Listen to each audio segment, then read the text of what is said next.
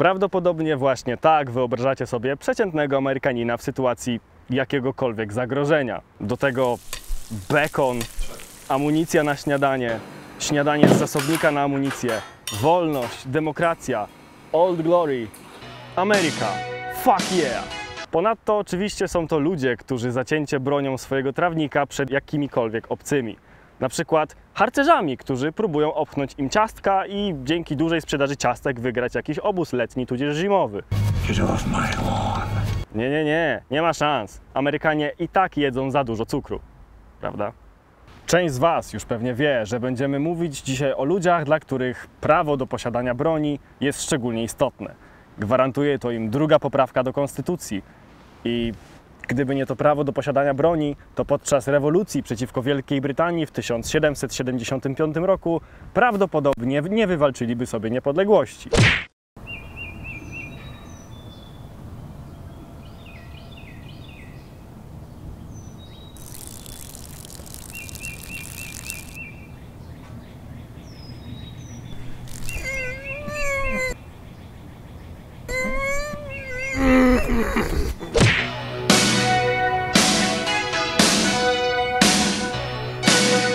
I dzisiaj nie moglibyśmy oglądać tych nagrań, fajerwerków i słuchać o tych fantastycznych grillach na 4 lipca. Nie byłoby też tytułu filmu 4 lipca, ani urodzony 4 lipca, ani nic, co ma związek z 4 lipca. Wyobrażacie sobie brak 4 lipca? Ale też o kulturze broni, o strzelectwie, o tym, jak to wygląda na Zachodzie i jak to wygląda w Polsce. Będziemy też mówić o modzie z tym związanej. Tak, modzie, bo nawet takie środowisko jak strzelcy sportowi czy różni fani militariów mają swoje trendy i specjalne marki tym dedykowane. I o jednej z takich marek powiemy Wam, bo dzięki niej w Polsce dokonała się totalna rewolucja w designie tzw. taktycznych ciuchów, które są ostatnio coraz bardziej ucywilniane. Dlaczego jednak mówimy o całym zjawisku, skoro spora część uważa, że zajmujemy się tylko ciuchami? Ano dlatego, że wizerunek to nie tylko ciuchy.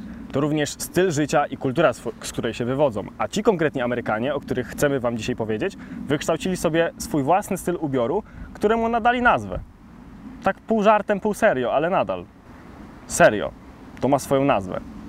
Mowa oczywiście o zjawisku, które w amerykańskim internecie nazywa się datpad. Słowem wstępu, datpad jako nazwa wzięło się od dad, tata i pat, pattern. Chodzi o ubiór takiego stereotypowego amerykańskiego ojca, który składa się z flanelowej koszuli, chyba że jest bardzo ciepło i akurat jedzie ze swoją rodziną na wakacje na Florydę, to wtedy jest to hawajska koszula, z pranych, jasnych, błękitnych dad jeans i butów, które albo są żywcem wzięte z wojska, z demobilu, albo są to jakieś zaawansowane, taktyczne buty, bo są po prostu bardzo wygodne. I oczywiście na zdjęciach w internecie, które są tagowane jako datpad, wszystko to jest upstrzone i uzupełnione toną taktycznego szpeju, który oni zabierają na strzelnicę w momencie, kiedy chcą sobie potrenować, no i nieodłączną, ulubioną bronią palną osoby, która wrzuca te foty.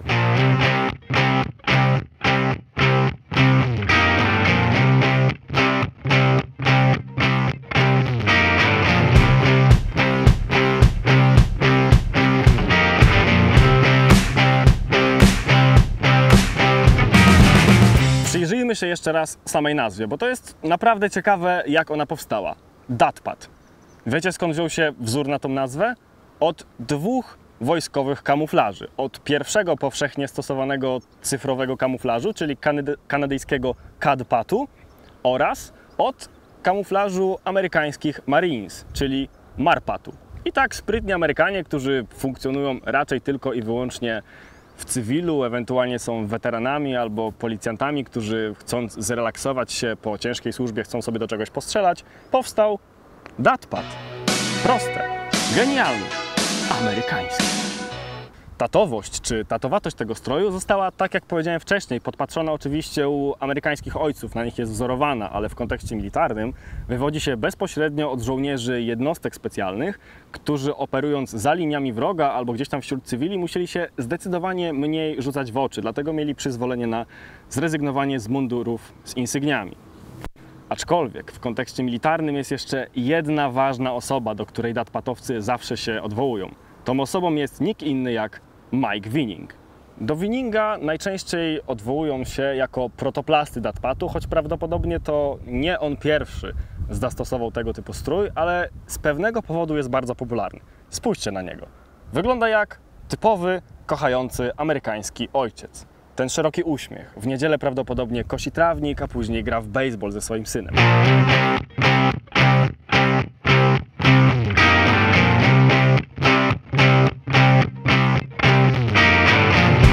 I być może to robi. Vining najbardziej znany jest jednak z tego, że był ekspertem od materiałów wybuchowych w Wietnamie. Gdyby tego było mało, brał udział w pierwszych szkoleniach nowo formującej się jednostki specjalnej, którą większość z Was dzisiaj zna jako Delta Force. Dalej, brał udział w operacjach specjalnych w Iranie, Grenadzie i podczas operacji Pustynna Burza. Na najbardziej znanym zdjęciu, pokazującym ten taki esencjonalny, czysty datpad, podczas operacji Pustynna Burza ochrania generała Normana Schwarzkopfa. Vining na wojskową emeryturę przeszedł w 1999 roku. Z niesamowitym dorobkiem, jeżeli chodzi o odznaczenia za heroizm, za wybitne osiągnięcia w walce, ale również z dorobkiem wizerunkowym, co jest niesamowicie istotne. Podobny ubiór możecie zobaczyć również na zdjęciach reportażowych pokazujących działania tzw. Private Military Contractors, którzy muszą się wtopić w cywilne otoczenie. Myślicie, że to wszystko? Otóż nie. Jest to na tyle charakterystyczne i popularne, że już dawno zdążyło przeniknąć do popkultury, do świata filmów i gier komputerowych. Weźmy sobie na warsztat gry takie jak Army of Two, Call of Duty, Splinter Cell czy Ghost Recon Wildlands. Oczywiście do tego są jeszcze hollywoodzkie produkcje, takie jak obie części Sicario, Triple Frontier, Hard Locker, 13 Hours, Secret Soldier in Benghazi, które po prostu obfitują w datpad. Dlaczego i jak ma się to do amerykańskiej rzeczywistości? No wyobraźcie sobie, że żyjecie w społeczeństwie, w którym około 10% ludzi to weterani różnych konfliktów zbrojnych, począwszy od prawdopodobnie jeszcze żyjących tych z I wojny światowej. Do tego dorzućcie kilka milionów osób, którzy są w służbach czynnych, w różnych służbach mundurowych. No i macie gotową mieszankę, dla której jest to istotne, posiadanie broni. Jest wielce prawdopodobne, że wasz dziadek walczył w Wietnamie, ojciec być może interweniował w Panamie albo na Grenadzie, a wy sami może biegaliście po rozgrzanych słońcem irackich piaskach tylko po to, żeby nazbierać na studia. Zupełnie jak J.D. Vance, autor jednej z najlepszych książek dokonujących wiwisekcji amerykańskiego społeczeństwa, którego historia to taki trochę American Dream, ale jednocześnie pokazanie, że Stany Zjednoczone to nie tylko Floryda, Kalifornia, drinki z palemką i jeżdżenie Teslą po wybrzeżu. Mało wam argumentów? Spokojnie. 30% Amerykanów deklaruje, że posiada broń. 11% jest w stanie pochwalić się tym, że osoba, z którą mieszka, posiada broń. Do tego ponad połowa wychowywała się w domostwie, w którym broń była obecna. To naprawdę ma strasznie duży wpływ na człowieka. Co więcej, wstąpić do armii możecie mając lat 17. Legalnie kupić broń możecie już od 18, a pić możecie dopiero od 21. No więc logiczne, że wcześniej wkręcacie się w strzelanie niż walenie browarów po parkach albo innych tego typu miejscach. To jeszcze nie koniec. Kultura broni w Stanach Zjednoczonych obfituje w szereg wydarzeń związanych z jej promocją. Ogromne targi. Fakt, że w wielu sklepach jest bardzo łatwy dostęp do broni i amunicji. Tak jakbyście poszli po puszkę pomidorów albo sławetnej zupy pomidorowej w tych takich ładnych puszkach. Jedziemy dalej. Kultura związana ze strzelectwem i myślistwem. Nierozerwalnie związana ze Stanami Zjednoczonymi. No dobra, ale kultura to jedno, a rzeczywistość to drugie. Dlaczego więc w XXI wieku tylu Amerykanów broni tego dostępu do broni? Przecież nikła jest szansa, że Indianie napadną na ich osadę. Okej, tylko zwróćcie uwagę na to, że często do najbliższego sąsiada macie parę kilometrów albo więcej, a najbliższy posterunek policji jest jeszcze dalej. Dlatego ponad 70% Amerykanów deklaruje, że broń potrzebna jest im do samoobrony. Poza tym broń to narzędzie, jak młotek. Jak źle używasz młotka, to też kogoś skrzywdzisz. Tak samo w momencie, kiedy źle używasz broni. Katarzyna Surmiak-Domańska w swoim reportażu pod tytułem Ku Klux Klan – Tu mieszka miłość w nieco ironiczny sposób powiedziała i pokazała, jak rozpoznać, oczywiście będąc w Stanach Zjednoczonych, czy ktoś posiada przy sobie broń i jeżeli ją posiada, To jaką jej ilość? Wystarczy spojrzeć, uwaga, na tylny zderzak samochodu takiego delikwenta. Jeżeli na tylnym zderzaku jest naklejka z flagą Stanów Zjednoczonych, to prawdopodobnie posiada przy sobie 1 sztukę broni. Flaga Teksasu oznacza przynajmniej 2 sztuki broni, a flaga Konfederacji każdą dowolną możliwą ilość broni, którą da radę upakować w tym samochodzie. Wróćmy jednak na chwilę do samego datpadu, bo przecież o ciuchach też musimy coś powiedzieć. Styl ten jest wysoce pragmatyczny i funkcjonalny. On wyrósł z takiego męskiego podejścia do życia, że rzeczy muszą być totalnie niezawodne i jak najbardziej praktyczne. Dlatego datpad jest szczególnie polecany osobom, które prowadzą aktywny tryb życia, osobom, które może nie mają takiej stricte pracy biurową, ale na przykład dzielą ją między biurem a terenem. Oczywiście ludzie tacy jak my, filmowcy, też doskonale odnajdą się w tej materii. Z czego jednak składa się sam datpad? Zacznijmy od góry. Są to czapki trackerki, jak jest chłodniej, to są to czapki bini i nad tym nie ma się co rozwodzić. Idziemy dalej. Koszule w różnych wariantach, zarówno smart casualowe, często na przykład button down, charakterystyczne kraciaste flanele, albo luźne denimowe. W wyjątkowo ciepłe dni, jak na typowego amerykańskiego ojca przystało, tak jak mówiłem wcześniej, hawajskie, we wszystkich możliwych kolorach i wariantach. No właśnie, co jest lepsze? Hawajska pizza czy hawajska koszula? Koniecznie dajcie znać w komentarzach. Przykłady rodzimych marek pokazują nam, że nawet zwykła koszula może doczekać się niezwykłych rozwiązań. Traktowana jako odzież codzienna, ale z wysokimi wymaganiami dotyczącymi jej funkcyjności, może wyglądać zupełnie normalnie, a być wykonana z zaawansowanych tkanin technicznych. I to jasne, sztucznych, ale tkanin technicznych, naprawdę zaawansowanych, które błyskawicznie schną, są odporne na promieniowanie UV i mają masę innych przydatnych ogarniętemu typowi rozwiązań. Chinosy w kolorze kaki, dad jeans, w zasadzie to wszystkie jeansy. Datpad uwielbia jeansy. No i oczywiście bojówki, tylko nie te takie klasyczne w bardzo szerokich i obszernych krojach. Z racji tego, że datpadowcy są sprytni i taktyczni, często wybierają spodnie cywilnych marek, które posiadają mnóstwo kieszeni, zupełnie jak bojówki. Jednak są one rozmieszczone anatomicznie i intuicyjnie, a do tego są na wskroś wygodne i praktyczne, jednocześnie wyglądając całkiem zwyczajnie. Buty. Często albo prosto z demobilu, albo jakieś klasyczne workwear boots, bo ten styl zahacza też oczywiście o workwear. Ewentualnie noszą zaawansowane technologicznie buty taktyczne. Jest jeszcze jedna kwestia, z którą mierzą się ludzie o bardzo pragmatycznym podejściu do życia. Jak przenosić swoje EDC, czyli Everyday Carry. Wybrać do tego nerkę, torbę, plecak, czy może wszystko uda się pochować w odpowiednio zaprojektowanych spodniach. Pytacie, czym jest EDC? To rzeczy, bez których nie wyobrażacie sobie, żeby wyjść z domu. W tym kontekście najczęściej są to nóż, latarka, multitool, rękawiczki, no i oczywiście portfel, telefon czy klucze.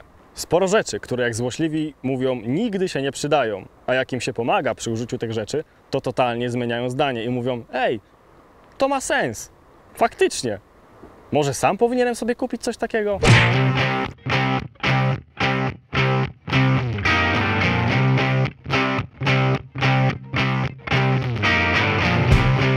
Sprawdźcie, jak szeroki może być wybór akcesoriów, które pomogą Wam zorganizować się każdego dnia.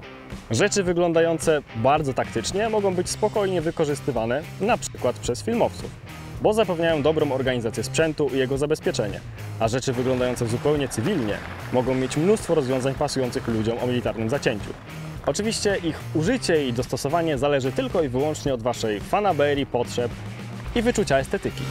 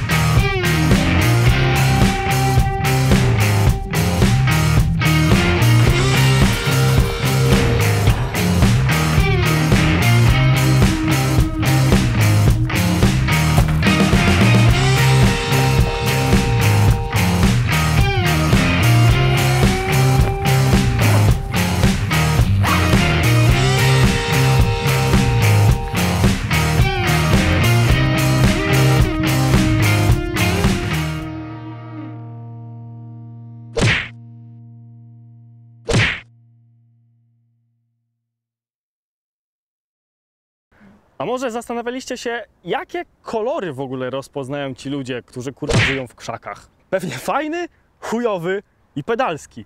Otóż nie mogliście się mylić bardziej. Znają więcej kolorów niż wasze dziewczyny. Na przykład Coyote Brown i Flat Dark Earth. Są kurwa identyczne. Ale dla nich, jak wyszedł Flat Dark Earth, to była totalna zmiana wszystkiego. Rzucili się na te produkty, jak w momencie, kiedy za komuny wrzucili coś do sklepu. Wszystko jest teraz Flat Dark Earth i już nikt nie lubi Coyote Brown. I myślę, że to są tylko 2 kolory i robi o to wielką hecę. Kurwa nie! Jest 5 odcieni zieleni. Olive Green, Sage Green, Adaptive Green, Taiga Green i Jungle Green. Tak bardzo się od siebie różnią, że w ogóle. Zapomniałem jeszcze wspomnieć o tym, że znają każdy jeden pierdolony kamuflaż, jaki istnieje na świecie. Dosłownie każdy. A tych komercyjnych wyszło ostatnio naprawdę dużo. I mają takie śmieszne nazwy. Oni je pamiętają i doskonale rozpoznają. Wszystkie. A mówią, że tylko kobiety potrafią rozpoznawać kolory. Stary, rozróżniasz plamki. Obecnie obowiązującym trendem, pomału przechodzącym do Polski, jest odejście od looku na taktycznego Rambo. Dlatego zarówno na odzieży, jak i na oporządzeniu taktycznym osób, które uprawiają strzelectwo sportowo czy rekreacyjnie, jest coraz mniej stricte militarnych, kamuflujących wzorów czy też barw. W sensie, po co kupować rzeczy, których możecie użyć tylko na strzelnicy? Ewentualnie po co wyglądać, jakby się szło na wojnę, wychodząc z domu? No nie o to chodzi. Coraz więcej osób, które strzelają, nie są weteranami, policjantami, czy może, nie wiem, nie byli w Legii Cudzoziemskiej, tylko są po prostu zwykłymi cywilami, którzy chcieliby, żeby ta kultura broni u nas była normalna. I coraz bardziej się staje. Dzięki takim markom jak Helicon Tex, które promują zdrowe podejście do broni i produkują produkty, które właśnie odchodzą od tych militarnych trendów. Myślicie, że są dostępne tylko w Ameryce? Otóż nie. Możecie je powszechnie dostać w Polsce, bo to polska marka. Naprawdę duża, światowa polska marka, bo na przykład dostarczali umundurowanie na plan House of Cards. Wiedzieliście o tym? Pewnie nie. Na sam koniec zabierzemy Was na strzelnicę, żebyście mogli sobie zobaczyć, jakich wyborów broni dokonaliśmy. No i oczywiście chcielibyśmy pokazać Wam, jak ładnie nakręciliśmy samo strzelanie, bo to zawsze spoko wygląda, a na film akcji, ewentualnie inne dziwne rzeczy, jeszcze przyjdzie czas. Pracujemy nad pewnym tajnym projektem, który może Was totalnie zaskoczyć, ale będzie dla Was bardzo rozrywkowy. Jeżeli nadal mam nieogarniętą brodę na tym nagraniu, a wiem, że mam, to chciałbym Wam powiedzieć o tym, że przygotujemy ten materiał o barbershopach. Naprawdę. Musicie dać nam tylko trochę więcej czasu, gdyż nasz zaprzyjaźniony barbershop akurat przechodzi remont. Ale to dobrze, to znaczy, że się rozwijają. My też. Zapraszam na strzelnicę.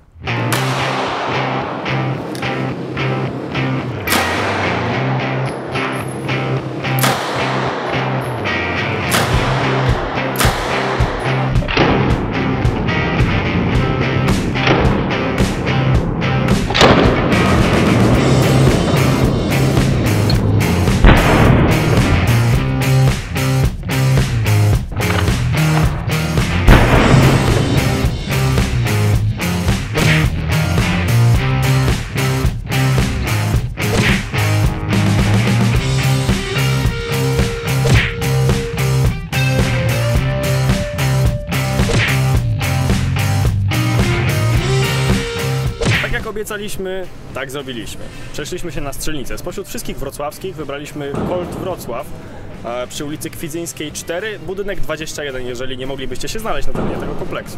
Dziękujemy Wam serdecznie za obejrzenie całego materiału. Jeżeli się podobało, zostawcie łapkę w górę, subujcie i komentujcie, nawet jeżeli miałby to być tylko komentarz dla statystyk.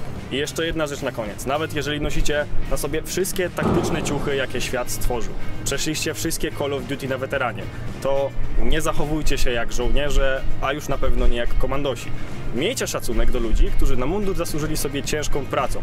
Szczególnie jeżeli całe doświadczenie dotyczące wojny, wojska i militariów wynieśliście z forów internetowych i strzelanek airsoftowych. W sensie fajnie, że to robicie, ale zauważcie pewną różnicę, ok? Dzięki wielkie. Do zobaczenia w następnym materiale. Cześć. W razie, gdybyście słyszeli jakieś dziwne dźwięki w tle, to są to strzały. Bo jesteśmy na strzelnicy. Tu się strzela. Z broni. I to brzmi właśnie tak.